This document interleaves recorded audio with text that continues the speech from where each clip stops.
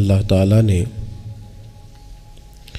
कुरान मजीद में दो मकामात पर इस बात का तज़किरा किया है, और जो आया करीमा मैंने तिलावत की ये सूरह तगाबुन की आयत है।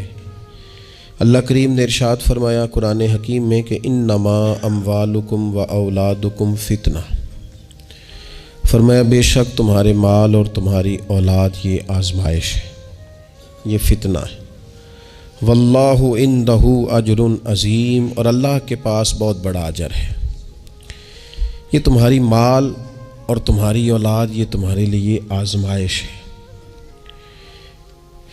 किस किस माना में आजमाइश है? एक तो इस माने में आजमाइश है कि कहीं इनके पीछे लग के तुम अल्लाह को और उसके प्यारे रसूल सल्लल्लाहु अलैहि वसल्लम को भूल ना जाओ, और कहीं मालो औलाद के चक्कर में तुम अपनी दीनी और अखलाकी ज़िम्मेदारियों से पीछे ना हट जाओ, और कहीं माल और औलाद की मोहब्बत तुम्हें इस तरह का ना बना दे कि तुम माल में जायज़ नाजायज़ को भूल जाओ और अपनी औलाद को देखते रहो और किसी की औलाद का हक़ भूल जाओ, कहीं दूसरों का हक़ छीन छीन के अपने बच्चों के पास ना लाते रहो। ये आजमाइश है माल और औलाद। और एक माना ये है कि इन्नमा अम्वालुकुम व औलादुकुम फितना, इस माना में कि इनकी मोहब्बत बंदे पर गालिब होती है, तो कहीं उस मोहब्बत के गलबे की वजह से इन दोनों चीज़ों के असल जो मकसूद है उनसे ना गाफिल हो जाना। कहीं ऐसा ना हो कि तुम माल कमाते रहो और कमाते कमाते तुम अल्लाह की राह में खर्च करना ही भूल जाओ, एतदाल छोड़ जाओ, और कहीं ऐसा ना हो कि तुम औलाद से प्यार करो और प्यार करते करते उनकी तरबियत भूल जाओ। सहूलियात तो तुम उन्हें सारी दे दो, लेकिन वो रूहानी तौर पर, अखलाकी तौर पर, किरदार व अमल के तौर पर मजबूत ही ना हो सके। तो मेरे अजीज़, औलाद इस माना में भी फितना है कि इसकी मोहब्बत बंदे पर गालिब होती है, और जब वो गालिब होती है तो कई दफ़ा इंसान आजमाइश में आ जाता है। और ये जो मफहूम है ना कि औलाद की मोहब्बत गालिब होती है तो आजमाइश बनती है, इसको तो खुद नबी पाक अलैहिस्सलाम ने बयान किया। तिरमिज़ी किताबुल मनाकिब में हदीस मौजूद है। अल्लाह के प्यारे रसूल सल्लल्लाहु ताला अलैहि वसल्लम जुम्मतुल मुबारक का खुतबा इरशाद फरमा रहे थे। दौरान खुतबा महबूब करीम की नज़र पड़ी तो हसनैन करीमैन आ रहे हैं, और आते आते वो लड़खड़ाए और गिर पड़े। हुजूर ने जुमे का खुतबा रोक दिया। महबूब उठे, बच्चों को या दोनों में से एक थे उनको उठा के हुजूर करीब लाए, और दोबारा मिंबर पर बैठ के फरमाया, रब ने सच फरमाया है, इन्नमा अम्वालुकुम व औलादुकुम फितना, तुम्हारी औलाद और तुम्हारा माल आजमाइश है तुम्हारे लिए। फरमाया बच्चा गिरा है और मुझे तकरीर रोकनी पड़ी, बात रोकनी पड़ी, गालिब आ गई मोहब्बत। भाई आप इस बात को अच्छी तरह समझ लेंगे और याद रखेंगे कि इस मोहब्बत के गलबे में ना बच्चों की तरबियत को भूलना है, ना माल के असल मसरफ को भूलना है, ना उसूल और कायदे ज़ाब्ते को छोड़ना है।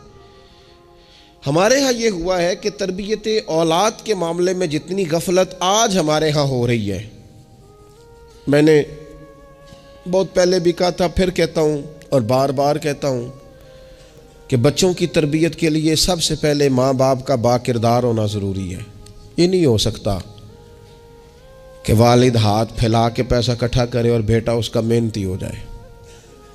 ये नहीं हो सकता कि वालिद अपनी ज़िंदगी तकवा और तहारत से दूर बसर करे और बेटा बड़ा मुत्तकी परहेजगार उसे देख के हो जाए। अल्लाह की तौफीक से हो जाए तो हो जाए, लेकिन अगर वालिद चाहते हैं मेरी वजह से वो खैर हासिल करे तो फिर खुद बाकिरदार बने। वो पहले खुद सच बोले, पहले खुद तकवे का रास्ता इख्तियार करे, पहले खुद परहेजगार बने। इसलिए कि बाकियों के यहाँ हो सकता है हमारी तकरीरें असर करें, लेकिन बच्चों के यहाँ हमारा किरदार जज़ब होता है तो हमारे अमल से फैज़ पाते हैं। तो पहली बात तो ये कि उनसे रवैया इस तरह का रखा जाए कि वो हमारे किरदार से सबक, और दूसरी बात ये कि अपनी औलाद से प्यार किया जाए। हमारे यहाँ जनाब बेपनाह डांट डपट होती है बाज़ जगहों पे बच्चों को, ख़ास शफ़क़त बच्चों के साथ आपका रवैया मीठा हो, डांटना कभी कभार है और प्यार हर रोज़ है।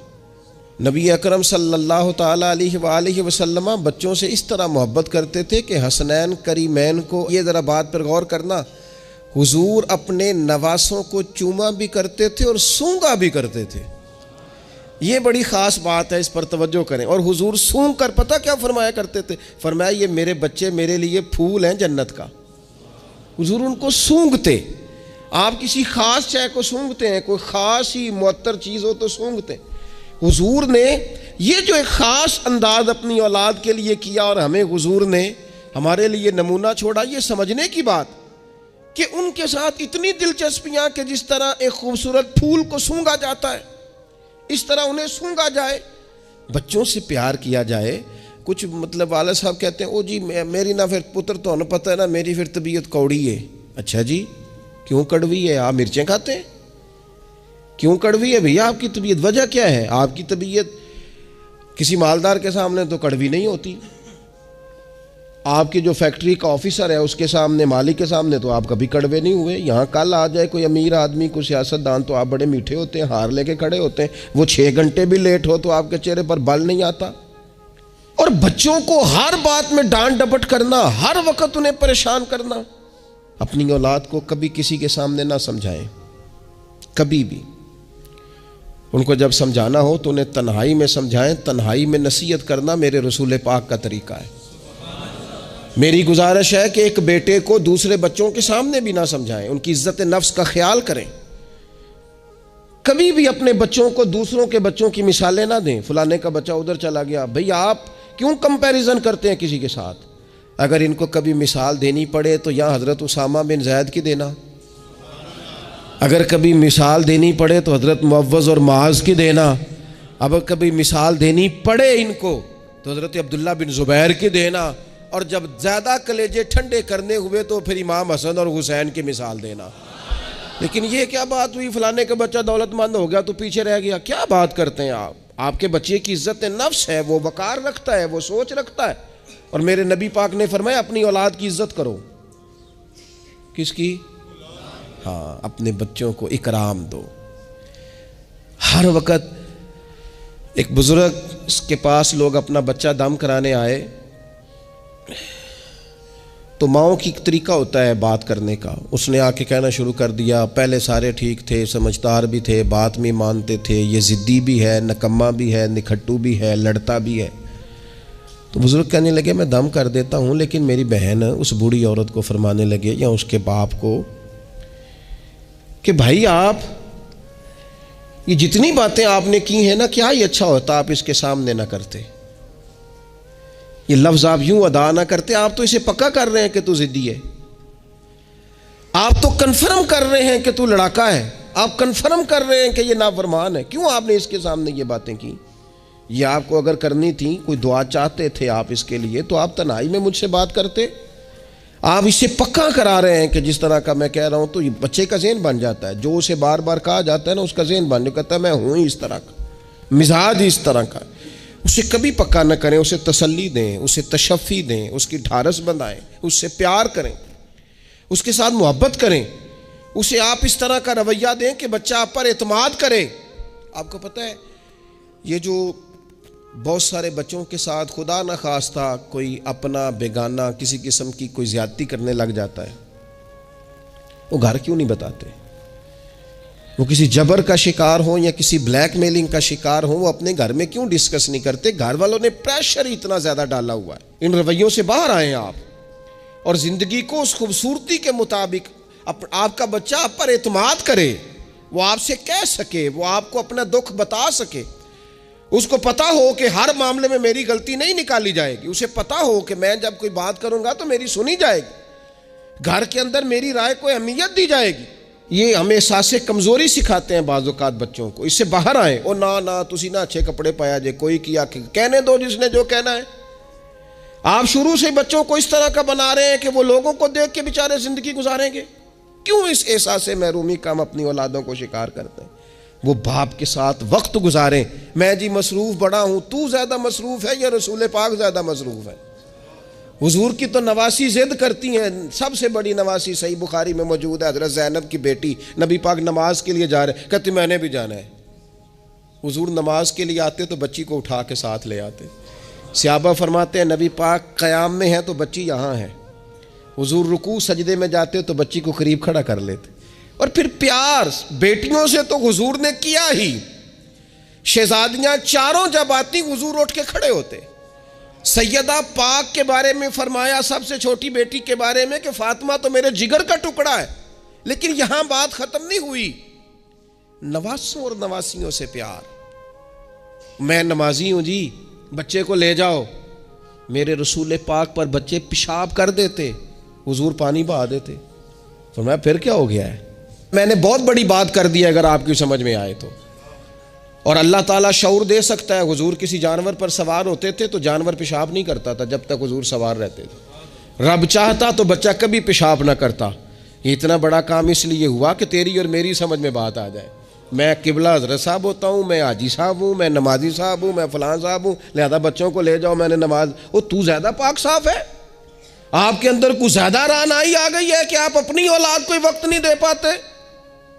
रसूल पाक अलैहिस्सलाम का लहजा और अंदाज, कुर्बान जाएं, यानी बच्चों को ना मज़ा आए। सारी दुनिया से पैसे लिए हैं इंसान ने, कमाइयाँ की हैं, जायदादें बनाई हैं, बड़े बड़े उसको प्रॉफिट हुए हैं, लेकिन सारी ज़िंदगी दादी के 10 रुपये भूलते ही नहीं। वो जो दादा से लड़ के लिए जाते थे 5 रुपये, वो भूलते ही नहीं। वो अब्बा जी से कभी पैसे चाहिए होते थे तो अब्बा जी से नहीं डायरेक्ट कहते थे, दादी अम्मा से कहते थे, दादी आज 100 ही लेना है। तो दादी के पास बैठे होते तो अब्बा जी को बुला के दादी अम्मा कहती, रुपया 500 देना मैनू चाहिए। तो अब्बा जी कहते, अम्मा जी की करने ने, तेन वजात देना जरूरी है, तू दे ना 500। तो अब्बा जी कहते, मैनू समझ लगती पई जो इतने हो रहा है ना। अब वो जायका सारी जिंदगी भूला, उसकी लताफत नहीं गई, उसका हुस्न नहीं गया। वो 100 रुपया नहीं था, वो खरबों रुपए थे। इसलिए कि जिस चाशनी से वो मिले ना, जिस दर्द से, वो अम्मा से पैसे लेते वक्त तो यूं लगता है कि बंदा दुनिया के सबसे बड़े खजाने के सामने खड़ा है। इस लुत्फ को दुबाला करे जिंदगी में। ये हमारा कल्चर नहीं, ये हमारा हुस्न है, ये हमारी तहजीब है। नबी पाक अलैहिस्सलाम की नवासी जनाब उमामा बिनते ज़ैनब रदी अल्लाह ताला अन्हुमा, एक हार आया हुजूर के पास तोहफे में। तो हुजूर ने फरमाया मैंने उसको देना जो मुझे सबसे ज़्यादा प्यारा है। अज़वाज मुतहरात कहती हैं दौड़ लग गई थी। हफ्सा को मिलेगा, मैमूना को मिलेगा, उम्मे हबीबा को मिलेगा। सैयदा आयशा सिद्दीक़ा कहती हैं मेरे दिल में बड़ी बात थी कि अगर किसी और को मिल गया ना, तो मैं तो समझती हूँ करीम सबसे ज़्यादा मोहब्बत ही मुझसे करते हैं। कहते हैं ये बात चल रही थी और वो जो थोड़ी देर के लिए वो इंतज़ार था कि किसको मिलेगा, तो वो इंतज़ार बड़ा हसीन, बड़ा खूबसूरत था, उसमें बड़ी रानाई थी। लेकिन कुर्बान जाएं, नबी करीम ने फरमाया मैं तो अपनी बड़ी नवासी जनाब ज़ैनब की बेटी उमामा को दूंगा। और हुजूर ने वो हार ला के उन्हें अपने दस्ते मुबारक से पहनाया। फरमाया कितना प्यारा लग रहा है मेरी बेटी को। थोड़ा सा ना अपने रवैये में वुस्सत। बच्चों को हमारी हाजत है और हमें दौलत की हाजत है, हमें पैसों की हाजत है। हमारा गाहक आ जाए तो बच्चे को थप्पड़ मारने से बाज नहीं आते। 2, 4, 5 मिनट की मसरूफियत है किसी बंदे की, तो वो क्या कहेगा कि लो जी बच्चा आ गया है। तो बच्चे के साथ खेलना, बच्चे से ओ सुनो यार, हद हो गई। निसाई में मौजूद है, सियासता की रवायत। नबी पाक ने सजदा लंबा कर दिया ना, मैं इससे बड़ी बात नहीं आपको सुना सकता। लंबा सजदा हो गया, लंबा। सहाबा फरमाते परेशान हो गए और तवील सजदा रसूल पाक ने फरमाया सजदा। सहाबा फरमाते हैं जब रसूल पाक अलैहिस्सलाम ने नमाज की तकमील की तो 2 बातें हमने अर्ज़ की हुजूर, हम एक तो हम परेशान हो गए थे कि कोई ऐसी बात ना हो गई हो, खुदा न खास्ता को नाखुशगवार बात, अल्लाह के हुक्म ने भी आना है, आपने हमें बताया है। और दूसरा हमारा ख्याल था कहीं वही तो नहीं नाज़िल होनी शुरू हो गई। कई दफ़ा वही आती है तो देर तक महबूब एक हालत में रहते हैं, इन 2 में से कोई एक होगी। तो हुजूर ने फरमाया ये दोनों नहीं थी। या रसूलल्लाह फिर क्या था? फरमाया वो मेरे बेटों में से ना, हसन और हुसैन में से एक मेरे कंधे पे सवार हो गया था। और ये लफ्ज़ है हदीस पाक में, सियासता में, फरमाया मुझे अच्छा नहीं लग रहा था कि मैं बच्चे को उतारूंगा तो वो जरा नागवार महसूस करेगा। हुजूर आप रसूल हैं और नमाज अल्लाह की, और इस दौरान भी बच्चे की चाहत का ख्याल। तेरी सूरत तेरी सीरत जमाने से निराली है, तेरी हर एक अदा प्यारे अदाए बेमिसाली है। बेमिसाली है तेरी अदाएं। फरमाया बच्चा कहीं उसे कोई, तो बच्चों के एहसास ही नहीं है। आपने जब चाहा डांट दिया, आपने जब चाहा जो मर्जी कर दिया। अब्बा जी का डंडा घर में लटकना चाहिए, हुक्म है, लेकिन अब्बा जी को माथा भी तो बार बार चूमना है ना। सख्ती तो कभी कभी है और मोहब्बत बार बार है। तो जो बार बार काम है उसका आदी होना चाहिए कि जनाब वो चुप कर दो, तुम्हारा अब्बा आ गया, अब्बा जी आए कि हिटलर आ गया घर में। ये क्या बात हुई भाई? वालिद को तो शफीक होना चाहिए, मेहरबान होना चाहिए, उसके अंदर खूबसूरती होनी चाहिए, उसके अंदर रानाई होनी चाहिए। तो नबी पाक सल्लल्लाहु ताला अलैहि वसल्लम ने बेपनाह प्यार किया। अच्छा, इसी प्यार से हुजूर ने तरबियत भी की। और ये प्यार, क्योंकि हसनैन करीमैन की हम मिसालें अर्ज करते हैं तो उनकी शान तो वराउल वरा, नबी पाक का सब बच्चों के साथ ये रवैया था। हज़रत अनस बिन मालिक कहते हैं मैं हुजूर का खादिम हूँ, मेरी अम्मा खिदमत के लिए छोड़ के गई, पर हुजूर जब भी मुझे बुलाते कहते या बुनैया, ओ मेरे प्यारे बेटे। ये खादिम है घर में बच्चा, खिदमत गुजार, उसे भी ओ प्यारे बेटे। और पास बिठा के नसीहतें करते हुजूर, कहते देखना सुबह इस हाल में करना कि बुग़्ज़ ना हो किसी का, अंस मेरे बेटे ये भी मेरी सुन्नत है। हज़रत उम्मे खालिद रज़ी अल्लाह ताला अन्हा कहती मैं छोटी सी थी, मैंने जर्द रंग की कमीज़ पहनी थी, मेरे अब्बा जी मुझे हुजूर के पास ले गए। कहती कोई अजीब ही नूर वाला माहौल था, मैं पहुँच गई तो हुजूर मेरा कुर्ता देख के ना तो कहने लगे कितनी प्यारी लग रही है बेटी। कहती मैं हुजूर की मोहरे नबुव्वत से खेलने लगी। मेरे अब्बा जी मुझे कहने लगे इधर हट, ये क्या कर रही है? तो हुजूर फरमाने लगे ठहर जाना, बच्चे तो बच्चे ही होते हैं, इसे खेलने दे। मैं खेलती रही और हुजूर मुझे दुआएं देते रहे। कहा अल्लाह करे तू ये कपड़ा पुराना करे। क्या मतलब कि अल्लाह करे तेरी उम्र दराज हो, अल्लाह तुझे बेटा लंबी उम्र अता करे। हुजूर बच्चों के साथ मोहब्बत करते, उनसे प्यार करते, उनके साथ रसूल पाक अलैहिस्सलाम का खास शफकत का मामला। इनको ज़रूरत होती है हमारी, इनको हाजत होती है हमारी, लेकिन हमारे लहजे की तलखी, हमारे लफ्ज़ों की तुरशरुई, काम के नाम पर, सवारने के नाम पर। और फिर आपको पता है ये जो बच्चों में अदल करने का क्यों कहा गया भला, कि अपनी औलाद में अदल करो। फरमाया हुजूर ने अल्लाह से डरो और औलाद में इंसाफ करो। क्यों कहा गया? वो इसलिए कहा गया कि एक बच्चे से आप प्यार कर रहे हैं तो दूसरा भी आपके बारे में उतना ही जज्बाती है, वो आपसे उतनी ही मोहब्बत करता है।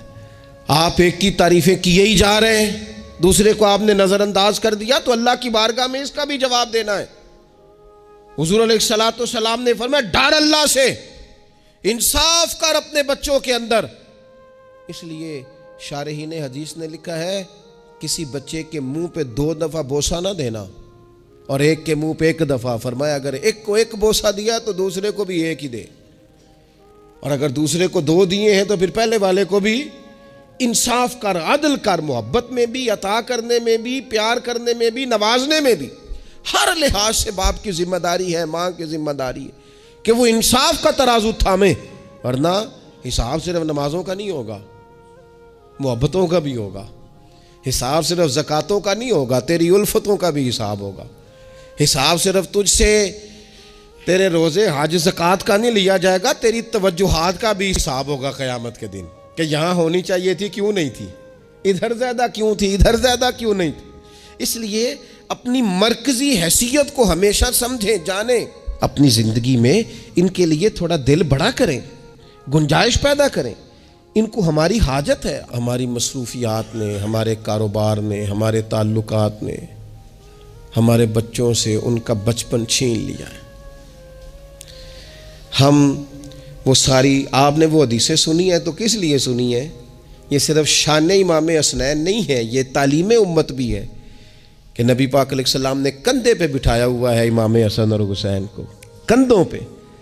और एक सहाबी ने जब कहा कि कितनी प्यारी सवारी है, तो महबूब फरमाने लगे सवार भी तो देख कितना सोना है, तो देख तो सही। तो ये आप मेरी बात को समझे ना, क्या कोई कमी थी वहाँ? फरिश्ते नहीं हाजिर हो जाते 2 मिनट में हर खिदमत के लिए? सहाबा जान कुर्बान करने को तैयार नहीं होते, लेकिन हुजूर ने क्यों कंधों पे उठाया? ताकि मुझे तुझे समझ आ जाए कि बच्चों को कंधों पे उठाना भी कोई कमाल है। तो अपनी ज़िंदगी में वो खूबसूरती। और फिर नबी पाक अलैहिस्सलाम बच्चों की तरबियत जब करते तो बड़े खूबसूरत अंदाज में। आपको पता है सहाबा फरमाते हैं बच्चे खेल रहे होते थे तो हुजूर जब गुजरते थे तो बच्चों को अस्सलामु अलैकुम कहते थे। नबी पाक बच्चों को सलाम करते, हुजूर फरमाते अस्सलामु अलैकुम, बच्चों को सलाम करते और पहल करते सलाम लेने में। आप बच्चों को सलाम करना शुरू कर दें, उम्मीद है बच्चे भी सबको सलाम करना शुरू कर देंगे। लेकिन ये शिकवा करना कि लो जी मैं इतना बड़ा बुजुर्ग आदमी हूँ, मैं इतना बड़ा पढ़ा लिखा हूँ, मेरी ये शख्सियत है, आपने मुझे सलाम ही नहीं किया, ये तो मुफ्त का रट्टा है। हुजूर बच्चों को सलाम करते ताकि बच्चों को अस्सलामु अलैकुम की समझ आ जाए। ये बच्चों को सिखाएं, उन्हें याद कराएं। और उसका तरीका ये है कि आप उनको सलाम लेने में पहल करें, आप उनको सलाम कहें। हाँ, सिखाने के लिए आप उनसे मुतालबा कर सकते हैं कि यार मैंने सलाम कहा है, तुम्हें जवाब देना चाहिए था, हमने क्यों नहीं दिया, ताकि उनको समझ आ जाए कि ये अस्सलामु अलैकुम और वालेकुमुस्सलाम ये एक सुन्नत है। फिर अल्लाह के प्यारे रसूल सल्लल्लाहु ताला अलैहि वसल्लम बच्चों को छोटी छोटी चीज़ों के आदाब सिखाते। हुजूर तशरीफ़ फरमाते तो एक बच्चा अंदर आ गया, अस्सलामु अलैकुम कह के दाखिल हो गया, तो महबूब करीम ने बड़ी मोहब्बत से बड़े खूबसूरत लहजे में फरमाया बेटा वापस जाओ, पहले इजाज़त लो, फिर सलाम लो, जब इजाज़त मिल जाए फिर अंदर आना। उस लहजे में इतनी खूबसूरती थी कि उस बच्चे के दिल की गहराई तक मैं समझता हूँ बात उतर गई होगी। वो वापस गए, उन्होंने जाके इजाज़त मांगी, इजाज़त मिली और सलाम लेके वो दरवाज़े रसूल पे हाज़िर हो गए। बच्चों के साथ ख़ास मोहब्बत, ख़ास दिलचस्पी। एक दफ़ा मैं हरमैन शरीफैन हाज़िर था, मेरे बिल्कुल सामने अगली सफ़ में नमाज का टाइम हो जाता है जब, तो आहिस्ता आहिस्ता लोग ज़्यादा आने शुरू हो जाते हैं। तो ज़्यादा रश हो रहा था, लोग ज़्यादा जमा थे। तो एक बुज़ुर्ग थे, तो वो अपने दामाद से, उनकी गुफ्तगू से अंदाज़ा हुआ, मैंने कान तो नहीं लगाए हुए थे लेकिन बुज़ुर्ग गुस्से में बोल रहे थे तो बोल ही ऊंचा रहे थे ज़रा। तो वो कह रहे थे अपने दामाद से कि बेटा तू है तो जवाई है, अब तेनों मैं गल करना मुनासब तो नहीं समझदा, पर यह कि बच्चे तो आपने मेरे ज़िम्मे लगा दिए, वो मुझे ना इबादत करने देते हैं, ना कुरान पढ़ने देते हैं, नाना नाना कह के मेरे पीछे ही भागते रहते हैं। तो मैं हाज़िर हूँ, लेकिन थोड़ा सा ना इनको समझाएं और कायल करें, यहाँ आके मुझे ज़रा अल्लाह अल्लाह करने दें। तो वो बच्चा माजरत खाना अंदाज में अपने ससुर को, बुज़ुर्गों को थोड़ा सा कायल करने की कोशिश कर रहा था कि चलें अब ख्याल करेंगे, हम कहते तो बड़ा हैं कि हमारे साथ आएँ, लेकिन वो आपके पीछे जाते हैं, करें क्या। तो अब मुझसे न रहा गया, मैंने उनसे कहा बुज़ुर्गों मुनासिब तो नहीं, लेकिन आप बोले ऊंचा है तो सोन साहब ने लिया है, आपकी ज़ाती बात है, अगर इजाज़त दें तो एक जुमला कह दूँ। तो पलट के मेरी तरफ देख के कहने लगे मौलवी साहब आखो। तो मैंने उनसे कहा बड़े खुश नसीब नहीं, इस मस्जिद में बैठकर नवासों का ख्याल रखना और उनसे प्यार करना, ये तो मदीने वाले रसूल का तरीका है। और ई सआदत बाज़ोरे बाजू नेस्त तान बख्शंदा खुदाए बख्शन। कुछ सआदतें ऐसी होती हैं जो बाजू की कुव्वत से नहीं मिलती, तभी मिलती हैं जब रब अता करता है। तो मैंने कहा यहाँ तो नवासों से खेलना हुजूर का तरीका है। बाज़ चीज़ों में अल्लाह असर रखता है। थोड़ी देर खामोश रहे, फिर मैंने उन्हें आंसू पूंछते भी देखा। कहने लगे अल्लाह तोड़ा भला करे, लो भाई पुत्र हुण तुसी भावें आराम करो। बाज़ दफ़ा बातें वो नाराज़ भी हो सकते हैं, तो मैं तैयार था अगर वो नाराज़ होंगे तो मैं माजरत करूँगा, लेकिन थोड़ा सा ना एक बात मैंने ज़रूर करनी है आपसे। मुझे बड़ा मज़ा आया, मुझे पता नहीं अब वो कालम नवीस ज़िंदा हैं कि नहीं, अब्दुल कादिर हसन होते थे, उन्होंने एक बात लिखी थी मुझे बड़ी याद रह गई, और जिस दिन मैंने पहली दफ़ा पढ़ी थी मैं रोया भी बड़ा। वो कहने लगे एक दफ़ा गवर्नर मदीना ने ना हुक्म दिया था कि छोटे बच्चे लोग मस्जिद में लेके आते हैं रोज़ा रसूल सल्लल्लाहु अलैहि वसल्लम पर, तो बच्चे कालीन ख़राब कर देते हैं, मुख्तलिफ़ किस्म की चीज़ें गिरा देते हैं। तो इस तरह करें कि बच्चों को मना किया जाए, और कम से कम मकामी लोगों को ज़रूर मना किया जाए कि वो बच्चों को लेके ना आए। उन्होंने लिखा था कि रात ही को उस शख्स को ख्वाब में रसूल पाक अलैहिस्सलाम की ज़ियारत नसीब हुई, और नबी पाक अलैहिस्सलाम ने गवर्नर से कहा तुम ना अपने कालीन उठा के ले जाओ, पर मेरी उम्मत के बच्चों को मेरे शहर से दूर कोई ना करे, इनको आने दो, ये अपने रसूल के पास आए, ले जाओ अपने कालीन उठाकर, अगर तुम्हारी समझ में नहीं आता, लेकिन बच्चों को कोई आने से मना न करे। क्या कहा था मेरे इमाम ने हुजूर के बचपन के बारे में? कहा था अल्लाह अल्लाह वो बचपने की फबन, उस खुदा भाती सूरत पे लाखों सलाम। और पतली पतली गुले कुद्स की पत्तियां, उन लबों की नज़ाकत पे लाखों सलाम। उनके मौला के उन पर करोड़ों दुरूद, उनकी हर खू व खसलत पे लाखों सलाम। हर अदा पर ही कुर्बान जाए। फरमाया ले जाओ उठा करके तुम अपना सामान, लेकिन कोई भी यहाँ से बच्चों को दूर, अगर इनसे हमारा प्यार होगा तो ये हमारी बात भी समझेंगे, लेकिन उस मोहब्बत में भी एतदाल हो। उस मोहब्बत का ये माना हरगिज़ नहीं है कि उस मोहब्बत में वो कोई नाफरमानी की बात भी करें तो हमने कबूल करनी है, और उस मोहब्बत में वो अगर तालीम व तरबियत से दूर हो जाएं तो उसे भी हमने कबूल करना है। लेकिन ऐसा ना करें कि बिल्कुल माहौल इस तरह का हो कि एक खौफनाक मंज़र पेश करे। उनकी तालीम तरबियत तभी होगी जब उनसे हमारी मोहब्बत होगी। अल्लाह ताला मुझे और आपको, हम सब को अपने अपने बच्चों की सही तरबियत की तौफीक अता करे।